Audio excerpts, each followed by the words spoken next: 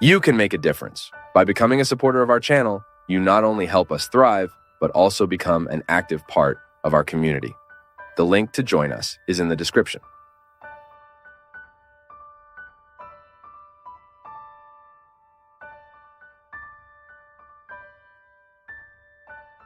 I don't receive things on a silver platter, as is commonly said when things come easily.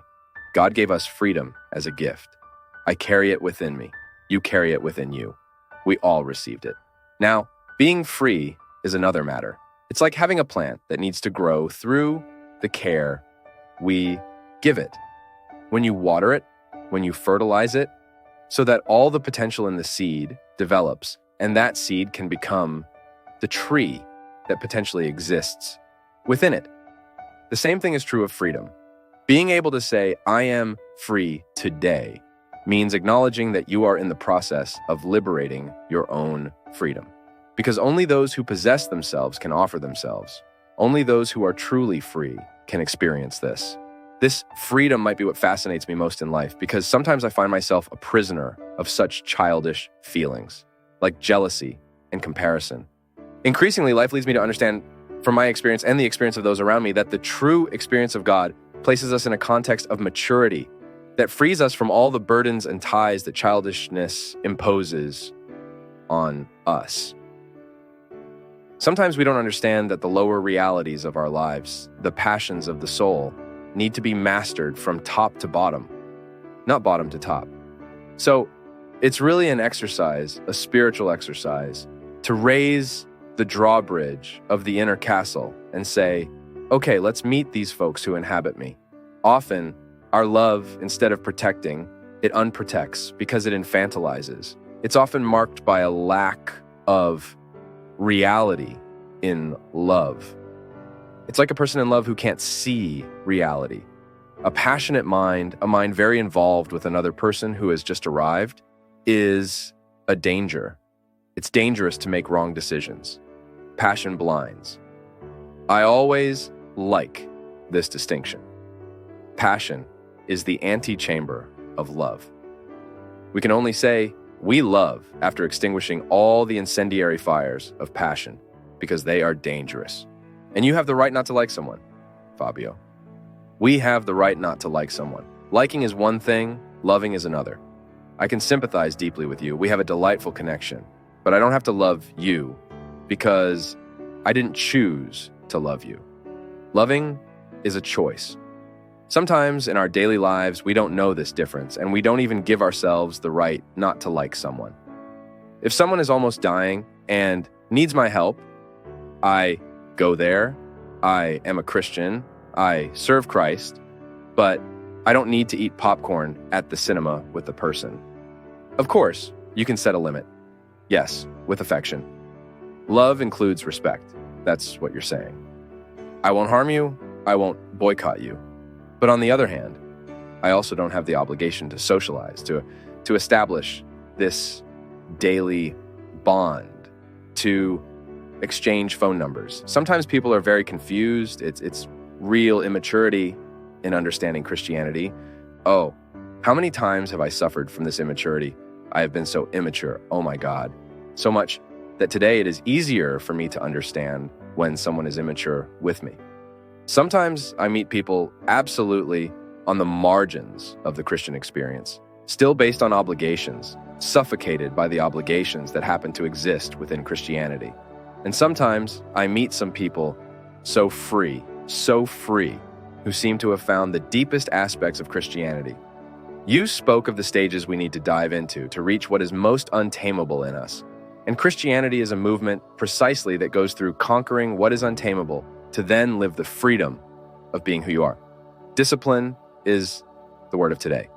We are increasingly immersed in a context that relieves us of discipline, and this is very sad.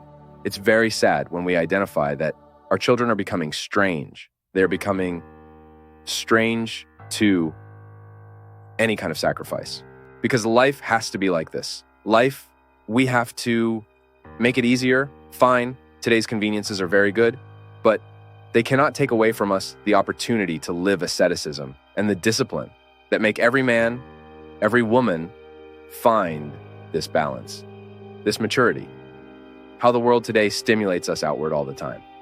How difficult is inner life these days? It's a costly task. My therapist always said, we think that inner life comes for free, comes in the life package. I was born, so I already have everything internally installed. It's as if I had several programs to run, but I need to understand how they work. And really stopping talking or being away from people is still not being alone. It's still not being silent inside. Sometimes we think we don't have control over our thoughts. Yes, we do have control over our thoughts. Thoughts need to be educated at a high level.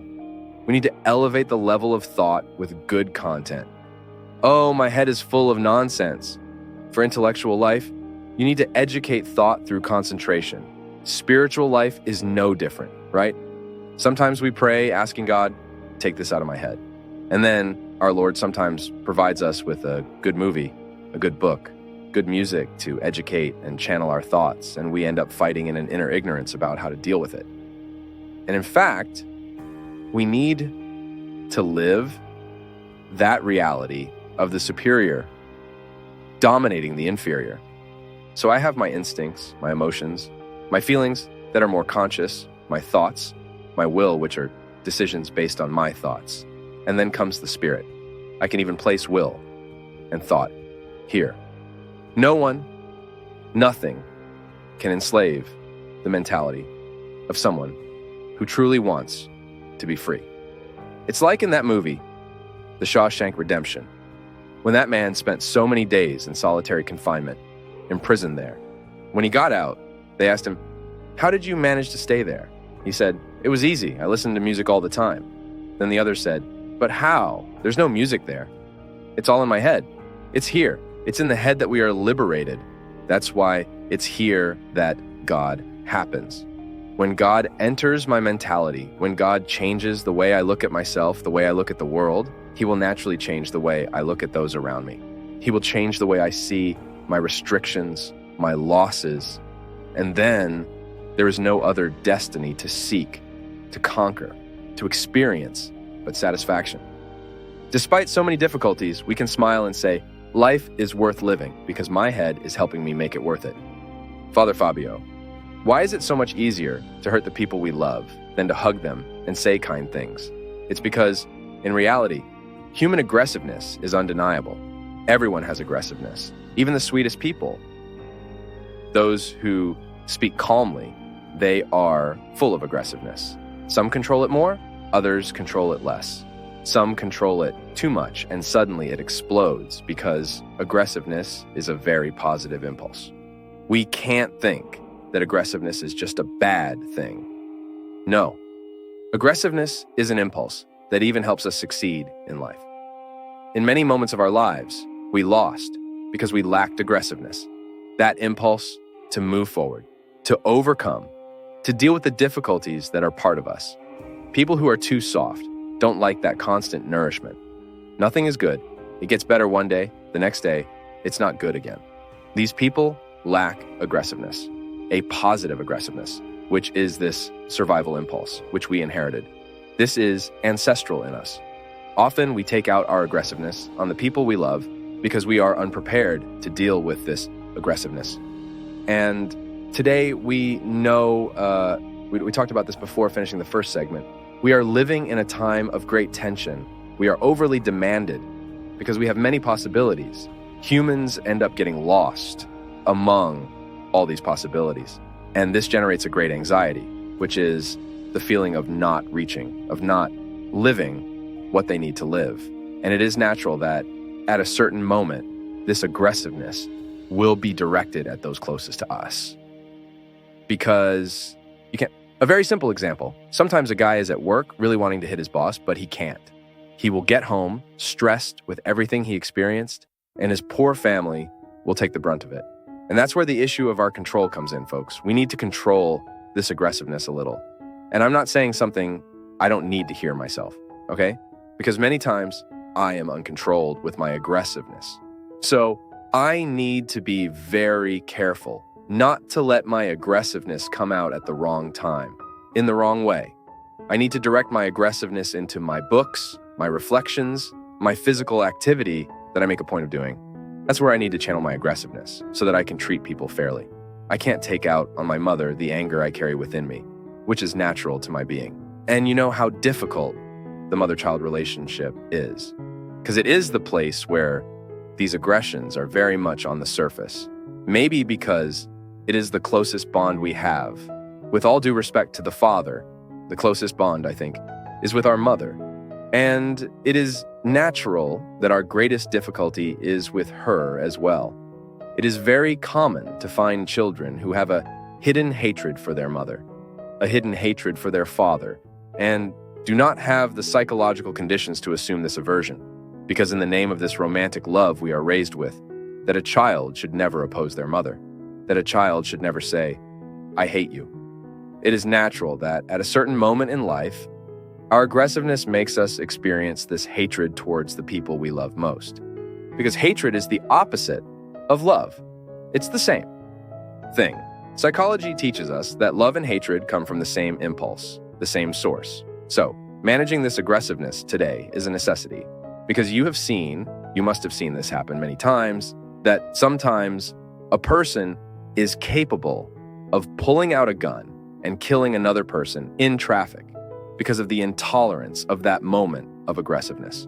So, for us not to need to kill each other, for us not to go around slapping each other, we need to discover where we can channel this blessed aggressiveness in the right way, in a positive way. If you have a lot of aggressiveness in you, channel this aggressiveness to work in your favor. Your creative process, your dynamic, your entrepreneurial spirit, channel it there. This is not magical. It is not overnight, but with awareness, I know I am aggressive. So I need to be careful that my aggressiveness doesn't end up harming others. I personally asked God during this Lent for the gift of silence, And it's not just the silence of speech, it's the silence of, the written word, that need to immediately respond to others, to everything that bothers you, to everything you find invasive. I want to have the right to be silent. I don't want to have to explain everything all the time. This is a right we need to preserve. At home, sometimes it's like this.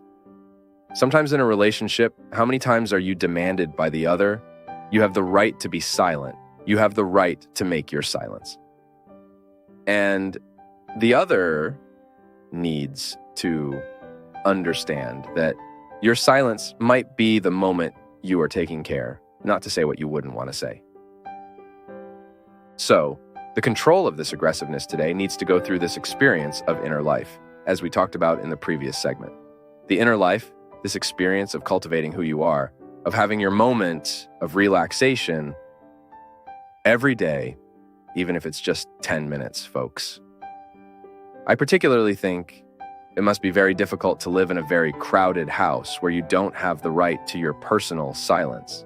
Isn't it difficult? You who live with many people in the house. At home, I have my space. There are the people who work with me, my friends who visit my house, the people from my close circle, my family. But I am very reserved. When I want my silence, I don't even make an effort to be polite. Look, folks, I'm leaving. I withdraw because I need this spiritual life, this inner life, because otherwise I become worse than I already am. And I don't want to.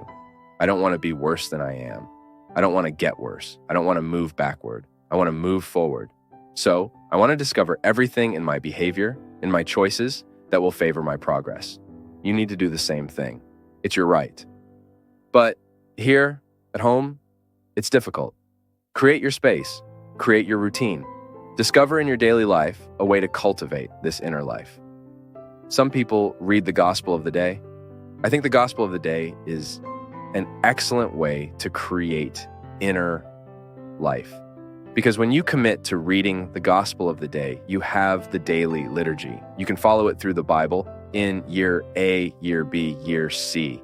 You read the gospel of the day, you stay in communion with Jesus' word, and at the same time, create your 10-15 minutes. You read the gospel and make your reflection, your moment of silence, which will help a lot in controlling this aggressiveness. Then there are other things that help as well. Physical activity, as we have already mentioned, the prayer group, the sharing group, reading. My God, how a book calms us down, folks. Books are fantastic. Blessed is the person who learned from childhood the pleasure of reading. They will be much more peaceful in old age than those who don't like to read, because it occupies the time, right? When you are getting old, what will you do? In old age, we will have much more time, because you will stop working, you will be retired. I can't wait. You won't be in the rush anymore. So you will have all the time in the world to cultivate yourself. What a wonder, having extra time for this inner life to shape your routine in a way that favors channeling all these positive impulses, like aggressiveness, which, if placed wrongly, becomes a tool of destruction.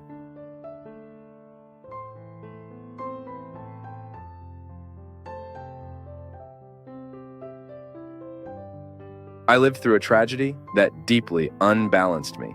It happened in our family on December 30th, 2008. My 15-year-old niece, who was under my care, took her own life. I see two aspects. One positive, which is Jesus in my heart, absolves me of the guilt I carry. But there's also a negative aspect that often prevails, which is the result of my illness, which affirms to me that the blame for her death is mine. I feel the desire to go to the same building where she judged herself and repeat the same insanity. But thanks to Jesus and the work the Lord has done in my life, I lack the courage to displease God, and I do not want to sadden him with this lack of faith. So that the Lord may better understand my feeling of guilt, I will speak to you affectionately and briefly about my niece, Tatiana. She speaks of the girl, that she was a very special, very sweet girl, and that unfortunately, she fell into this absurdity of wanting to die, right?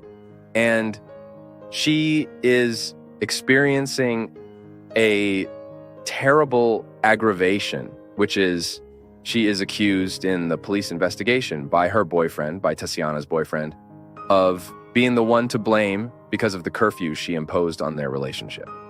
The boy claims that the girl was unhappy with this. The judge closed the case as there was no concrete evidence against the mentioned aunt, who is me. Father, the feeling I have is that Tatiana's whole life was pushed into an abyss, and I gave the final push. That's what kills me every day. My daughter, do not allow this to happen. We cannot enter the heart of the one who has passed away, and we cannot know the reasons. One thing is certain. It's foolish to think that your niece would kill herself because you set curfews for her relationship. No. Unfortunately, my daughter, our young people are arriving. You yourself were saying that she ended up in your hands precisely because of a difficult story that this girl already had. A child is like a house. If the foundation isn't good, it won't stand for long. That's how it is. You took this girl at a certain moment in life when you could no longer interfere with her foundations. It is very difficult for us to provide a life structure to someone who arrives completely unstructured. I'm not saying it's impossible. It is possible to help provide structure to someone who has never had it, but it will be much harder. And here, my friends, I extrapolate the conversation to speak to those of you who have children. Be careful. Be careful with what you are offering this child. Be careful with the home you're putting under this child's feet. All that you offer today will be decisive for the future. As a young person, as an adult, as an elderly person, we become who we are not by chance, but as the result of all the influences we receive. We are born and already start receiving these influences. And we need to fight hard for our home to be a place where people can truly be prepared. Human beings need to be prepared. We can't handle life just any way. We need structure. And to love is precisely to lend this structure. It is to grant the other the possibility of growing, of not wanting to die, right? Because suicide is slow, no one jumps from 1 hour to the next. The reasons gradually undermine our hearts. I remember the story of a young man in Taubaté, already in the last year of medical school, who was found dead, hanging from a rope. Imagine, a guy with his future ahead in the last year of medical school suddenly appears hanging there months before graduation. That rope isn't tied overnight. That rope is tied gradually. And if we don't take care, we also tie a rope around our neck. Living is the experience of condemning or saving. Living is the experience of accepting condemnation or accepting salvation. It passes all the time through the path of others, but it also passes through ours. Today we experience situations that condemned us or saved us. It's like adding or removing a segment of rope. Everything depends on the choice, on the selection we make. Life needs to be sifted, just like the prospector does. He takes that pile of dirt in a sieve and sifts it slowly until he sees if there's a precious stone or not. If there isn't, he throws everything away and starts over. The end of our day should always be a prospecting experience. Look at the sieve of the day. Look at everything that happened, everything you heard, everything you experienced, all the situations you faced, everything that fell before your eyes, everything you saw, everything you heard, and only keep what is precious. We waste a lot of time keeping junk. Throw it away. Don't take to your bed. Don't take to your sleep what was the rubbish of the day. Otherwise, it becomes a noose around your neck. It's amazing how much we slowly kill ourselves when we don't sift out what truly wasn't worth it. Now, if we insist on keeping everything that's worthless, then we truly tie knots in our rope around our neck. And suddenly, when you least expect it, you're ready to die. It's lamentable, but it's true. The wrong choices we make in life represent a rope we're tying around our own necks. I'm seeing with great happiness the recovery of a nephew of mine, whom I love very much, Conrado, a boy who for a long time, a handsome, intelligent, smart boy, chose to tie the rope around his neck. And today, thanks to God, because of eyes that see salvifically, of people who are lending him a new meaning to life, Conrado is having the beautiful experience of judging the segments of rope around his neck, recovering, rehabilitating himself, making peace with life. You can observe sometimes we get mad at life, and every time we're mad at life, we start creating the possibility of death. That's what happened to your niece, my daughter. Unfortunately, she grew up mad at life. There was a lack of structure, a lack of love, a lack of attention. The home was not what she needed. And at a certain point, any little weakness, any difficulty, she jumps. Why? Because she's not prepared. She suffered too much. She can't stand life's problems anymore, lacks preparation to stay standing. That's why it's so hard to recover a person. Because it's at that moment that the quality of our education, of our structure, comes into play. It's like when I had hepatitis. I remember a phrase from Dr. Antonio very well. I said, "Doctor, what now? What are we going to do?"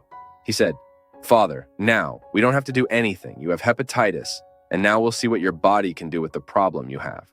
Likewise, when Robin-Ho had cancer, I was so shaken by Robin-Ho's illness that I sought out all the resources I could to see if we could save that boy.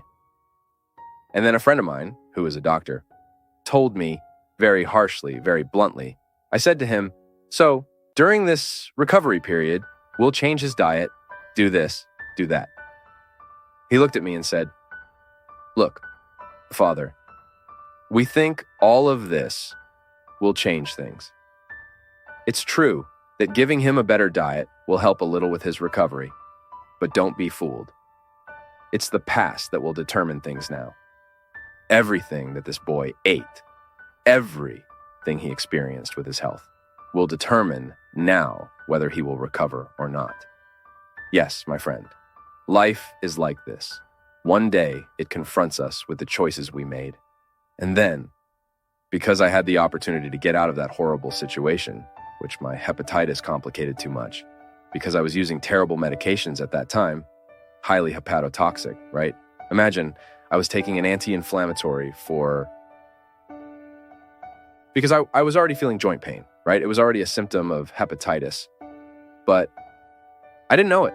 I thought I had arthritis, osteoarthritis, all that bunch of things.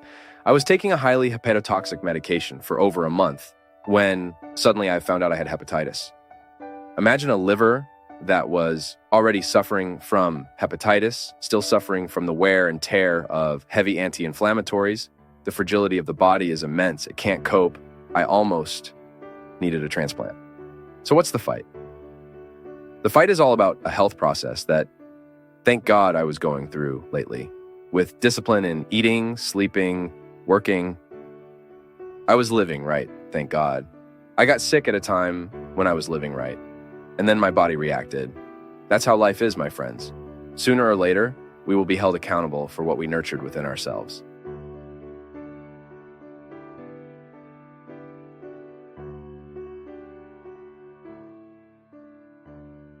The choices we make, the way we choose to educate our children, the choice we make in how we govern our home, all of this is determinant for our future satisfaction or dissatisfaction. We used to say, folks on Twitter, to whom I want to send a big hug, retweeted this phrase a lot. God always forgives, man sometimes, nature never. And that's how it is. Life, what we have chosen, will one day demand from us. When we need to shed those deep tears, the only way is to try to figure out what we can fix today. The big problem is that we often find out there's not much left to do. There's one thing in raising children, my people, that's called character. That's determinate. What is character? It's everything that's been imprinted, everything that's been left in the mind, in the heart, and that identifies us as a person. When we say, wow, this person has character, that means they don't need to be watched over. They have a good foundation. When a storm comes and starts tearing off everything, only what has a good foundation remains on the ground. Life is the same. Sometimes storms blow over us and we feel our structures slipping. The greater, the more rooted a person's character is in good values, in well-built realities, the greater their ability to resist and stay standing will be. What's the big problem of today's world? The fragility of people. It's astounding, folks. It's terrible how we identify this all the time. Life is as hard today as it was 50 years ago. What changes are often the opportunities. We have a lot of possibilities today, so of course we'll suffer a bit more. The greater the number of possibilities a person has, the greater the number of choices they'll have to make. So today's human beings need to be very prepared to survive. But difficulties have existed since the beginning of time. Now, what scares me is realize how fragile people are nowadays. They give up too easily. It's astonishing how today we're not willing to live the sacrifices life demands. And I think that's the root of the big problem. Raising a child, bringing a child into the world, a person brings the child into the world, but they want to keep living the way they did before they had children. That's very irresponsible. One day I was watching that TV lady, Astrid Fontanelli, who's a TV presenter. On the same program where I met Fleur de Lis, she adopted a boy. And the TV presenter was asking, "So, Astrid, how's your life now?" After the child came. She said, "Totally changed." Just with that sentence, you already know Astrid is on the right path. A child who doesn't totally change a mother and father's life isn't being well managed. Then the presenter asked, "But how? What changed?" She said, "I don't go out like I used to. This boy needs to be watched all the time. I don't entrust this solely to the babysitters. I make sure to spend as much time with him as I can." Why? My people, whoever spends more time with the child will have influence over them. Whoever spends more time with that child. So, you see, even if you trust the babysitter's physical care, you know the babysitter won't let them suffocate. You know the babysitter will feed them at the right time, bathe them at the right time, put them to sleep at the right time. But what about character? Who's going to instill that in the child? The babysitter or you? Are our babysitters prepared to offer the character our children need? Sometimes they are. Sometimes they're even more prepared than the parents. But that's not always the case. Character is what will determine the choices. What will help this boy and this girl make life choices.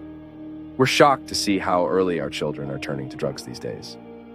Of course, Our 11, 12-year-old children are already living adult lives. They're not prepared for adult life, but they're already able to live it. We've said it here so many times. I particularly think it's an aggression against our children when we expose them to a stage of life they're not prepared for. Children have to be children. Teenagers are teenagers. They can't live. They can't rush into something they're not prepared for. That's a crime. And that's why, if you've brought a child into the world, start managing their stay in the world now. Because if that child doesn't turn out right later, we won't have anyone else to blame. Who's the biggest responsible? Who's the first responsible for raising children? It's the father and mother.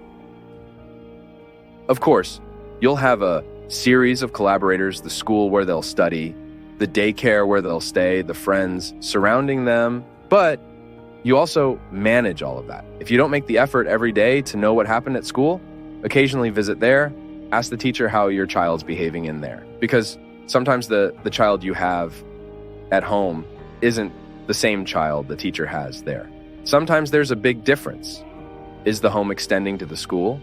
Is the school extending to the home? Not always. Sometimes we have differences. So it's necessary for those who brought the child into the world to manage all of this, because otherwise they'll cry later. Oh, we'll have to set limits for this child. Set them. It's better to set them now than regret not doing so later. Then the child becomes too fragile at 18, at 20. We mentioned last week about the woman priest. You talk about those who are into drugs. You talk about those who are into prostitution, but you don't talk about those who are into laziness. It's true. Laziness today is a terrible thing. Why? Because it's directly linked to fragility.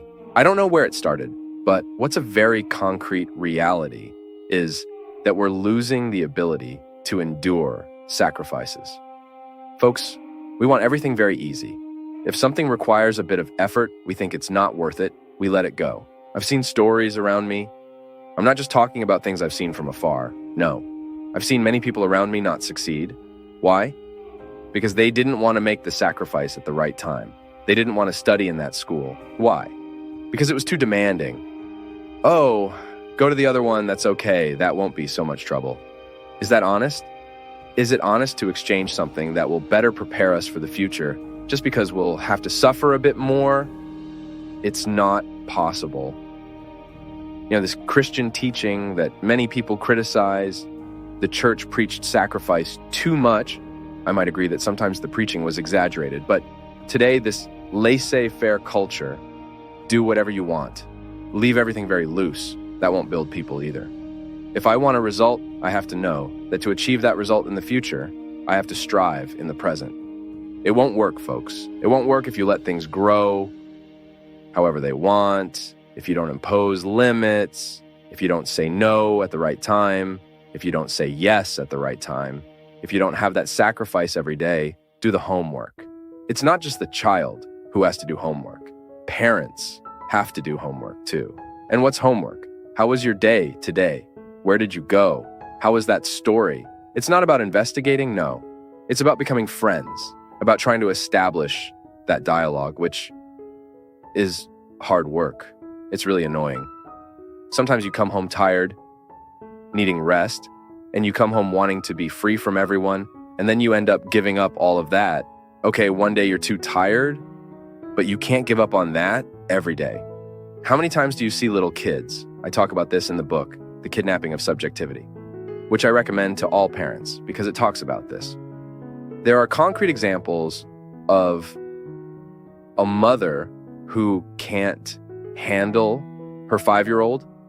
The 5-year-old commands her. He has total authority over her. Why? Because she's afraid to contradict the child. So we need to be very careful because sometimes by not setting limits at the right time, we end up planting a very serious problem for the future. And I'll say it again, life can only succeed through the sincere experience of a well-made sacrifice, of a well-made renunciation, because that's what will give us the conditions to be able to get there and have the right to sit and rest. There's no way to rest from the mission of being a parent. It's day by day, it's a struggle. Nobody told you to get married. Nobody told you to have children Nobody forced you into this. It's a choice. So if you made that choice, you need to take that responsibility every day. And it won't weigh heavy on you as long as you love. Love is what solves all of this. That's interesting too. You notice that when you truly love someone, you're capable of making sacrifices. And you start discovering the path that love indicates to say no at the right time and to say yes at the right time. That's how it has to be. There's no other way. Now, is it a struggle? Is it sacrifice? It is. But nobody said it would be very easy either.